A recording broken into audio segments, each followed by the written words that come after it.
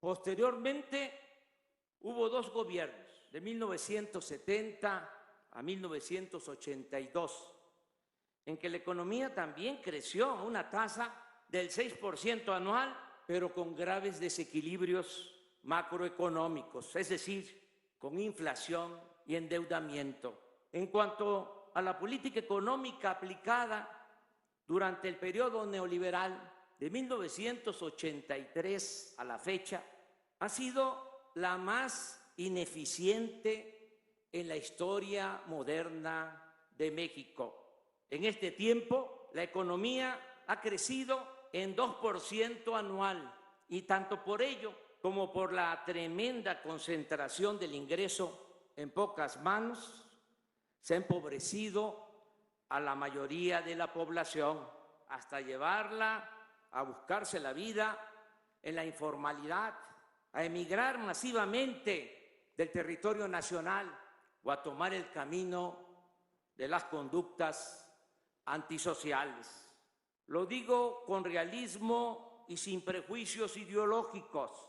La política económica neoliberal ha sido un desastre, una calamidad para la vida pública del país.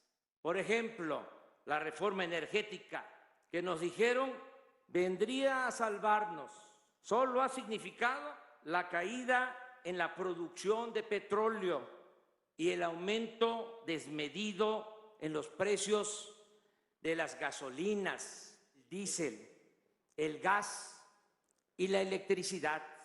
Cuando se aprobó la reforma energética hace 4 años, se afirmó que se iba a conseguir inversión extranjera a raudales, como nunca. El resultado es que apenas llegaron 760 millones de dólares de capital foráneo, lo que únicamente representa el 1.9% de la incipiente inversión pública realizada por Pemex en el mismo periodo y apenas el 0.7% de la inversión prometida. En los considerandos de las leyes aprobadas en ese entonces, se aseguraba que en este año íbamos a estar produciendo 3 millones de barriles diarios y la realidad es que estamos extrayendo solo 1.763.000 barriles diarios, es decir, 41% menos de lo estimado y con tendencia a la baja. Es tan grave el daño causado al sector energético nacional durante el neoliberalismo que no solo somos el país petrolero que más gasolinas importa en el mundo, sino que ahora ya estamos comprando petróleo crudo para abastecer a las únicas 6 refinerías que apenas sobreviven. Téngase en cuenta que precisamente desde hace 40 años no se construye una nueva refinería en el país. Aquí agrego otros saldos de la política económica neoliberal o neoporfirista. De México es originario el maíz, esa planta bendita, y somos la nación que más importa maíz en el mundo. Antes del neoliberalismo producíamos y éramos autosuficientes en gasolinas, diésel, gas, energía eléctrica. Ahora compramos más de la mitad de lo que consumimos de estos insumos.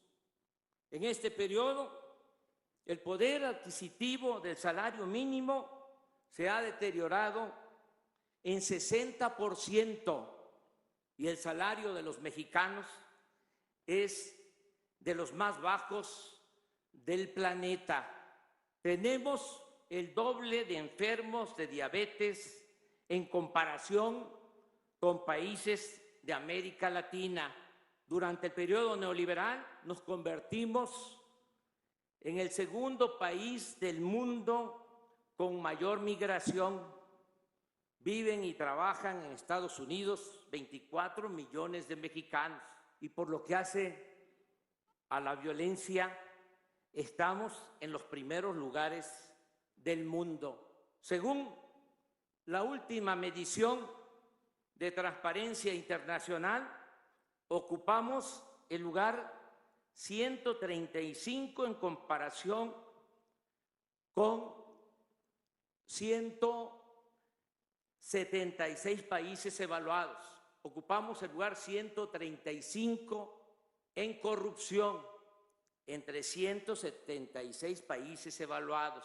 Y pasamos a ese sitio luego de estar en el lugar 59 en el 2000, subir al 70 en el 2006, escalar al 106 en el 2012 y llegar en 2017 a la vergonzosa posición en que nos encontramos. Por eso insisto, el distintivo del neoliberalismo es la corrupción. Suena fuerte, pero privatización ha sido en México sinónimo de corrupción.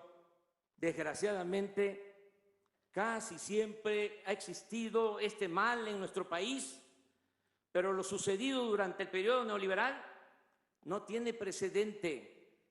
En estos tiempos, el sistema en su conjunto ha operado para la corrupción. El poder político y el poder económico se han alimentado y nutrido mutuamente y se ha implantado como modus operandi el robo de los bienes del pueblo y de las riquezas de la nación. En la época de la llamada o del llamado desarrollo estabilizador o compartido, que va de los años 30 a los 70 del siglo pasado, los gobernantes no se atrevieron a privatizar las tierras ejidales, los bosques, las playas, los ferrocarriles, las telecomunicaciones, las minas, la industria eléctrica, ni mucho menos a enajenar el petróleo. Pero en estas últimas 3 décadas, las máximas autoridades se han dedicado, como en el porfiriato, a concesionar el territorio y a transferir empresas y bienes públicos e incluso funciones del Estado a particulares, nacionales y extranjeros. No se trata, como antes, de actos delictivos individuales o de una red de complicidades para hacer negocios al amparo del gobierno. En el periodo neoliberal, la corrupción se convirtió en la principal función del poder político. Por eso, si me piden que exprese en una frase el plan del nuevo gobierno, respondo: acabar con la corrupción y con la impunidad. Pero al contrario de lo que pudiera suponerse, esta nueva etapa la vamos a iniciar sin perseguir a nadie, porque no apostamos al circo y a la simulación.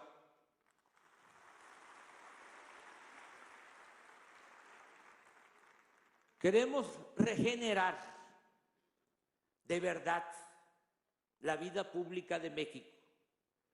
Además, siendo honestos como lo somos, si abrimos expedientes, dejaríamos de limitarnos a buscar archivos expiatorios, como se ha hecho siempre, y tendríamos que empezar por los de mero arriba, tanto del sector público como del sector privado. No habría juzgados ni cárceles suficientes. Y lo más delicado, lo más serio, meteríamos al país en una dinámica de fractura, conflicto y confrontación.